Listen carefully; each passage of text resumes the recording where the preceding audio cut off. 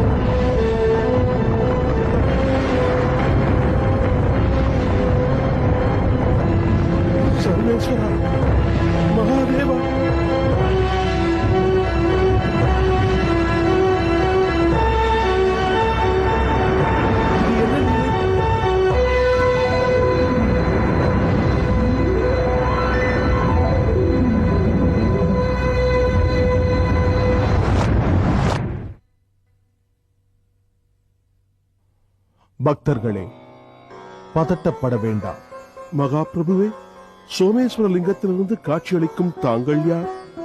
சிவனின் சத்யோஜாத முகத்திலிருந்து வெளியேறி அவரது ஆணைப்படியே மனித குலத்திற்கு ஞான ஒளியை வழங்கி சிவதத்துவ சிவாச்சாரியர்களின் விளக்கங்களை அனைவருக்கும் தெளிவுபடுத்த வந்திருக்கும் ரேணுக கணாதீசன்.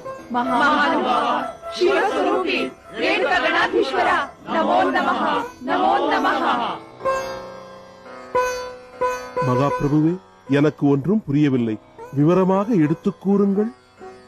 வேதோபதேசங்களுக்கு புது வழிமுறைகளை கூறி சிவ சித்தாந்தங்களை உருவாக்கவும் சிவ தர்மத்தை வளர்க்கவுமே யாம் வந்திருக்கிறோம். சிவசிவா, சிவயோகி, தாங்களே எங்களுக்கு சாக்ஷாத் பரமேஸ்வரன். தங்களை பார்த்த எங்களுக்கு சாக்ஷாத் சிவனின் தரிசனமே கிடைத்தது போல எங்கள் ஜென்மம் புனிதமாகிவிட்டது. நாங்கள் முக்தி அடைந்தது போல உணர்கிறோம்.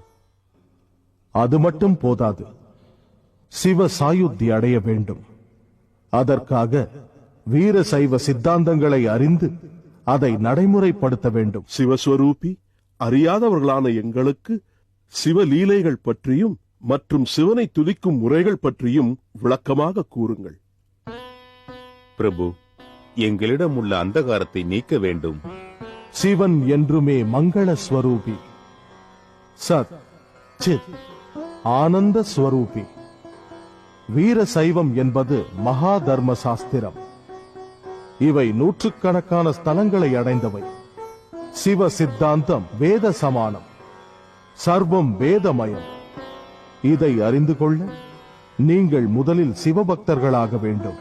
சிவபக்தராவது அப்படியென்றால் என்ன பிரபு? யார் சிவ தீட்சையின் மூலம் லிங்காதாரியாகி பஸ்ம ருத்ராட்சங்களை அணிந்து தினந்தோறும் லிங்க பீடத்தில் லிங்க பூஜைகளை செய்து பஞ்சாட்சர மகா மந்திரத்தை ஜபிக்கிறார்களோ அவர்களே சிவபக்தர்களாவார்கள். பிரபு, இந்த தவத்திலிருந்து முக்தி அடைந்து சிவனை அடையும் வழியை கூறுங்கள். சிவபெருமானை அடைய சிவபக்தி பிறக்க வேண்டும். சிவனின் அனுகிரகத்தால் மட்டுமே பக்தி பிறக்கும். அப்படி உண்டாகும் பக்தியை சக்தி பாதம் என்பார்கள். அந்த சக்தி பாதத்தின் அடையாளம் கொண்டு குரு அவருக்கு லிங்க தீட்சையை கொடுத்து புனித இடத்தின் வழிகளை போதிப்பார். அந்த புனித இடம்தான் சிவ சாயுத்தியத்தின் மார்க்கம். நீங்கள் அனைவரும் லிங்காதாரிகளாகி திரிகாலமும் லிங்க பூஜைகளை செய்து சிவ தத்துவம் சிவாச்சாரங்களை தவறாமல் அனுஷ்டியுங்கள். பஞ்சாட்சர மந்திரத்தின் மூலமாக உங்கள் சகல கஷ்டங்களும் கர்மங்களும் மறைந்து சுகம், சாந்தி, நிம்மதியும் அடைந்து ஜென்ம சாபல்யம் உண்டாகட்டும்.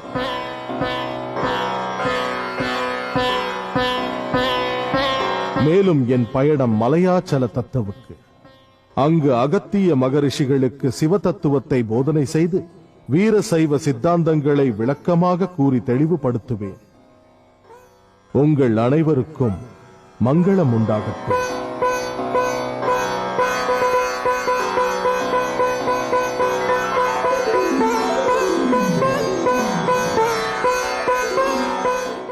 சிவஸ்வரூபமான ஜெகத்குரு ஸ்ரீ ரேணுகர் நம் ஆசிரமத்திற்கு வருகை புரிகிறார்.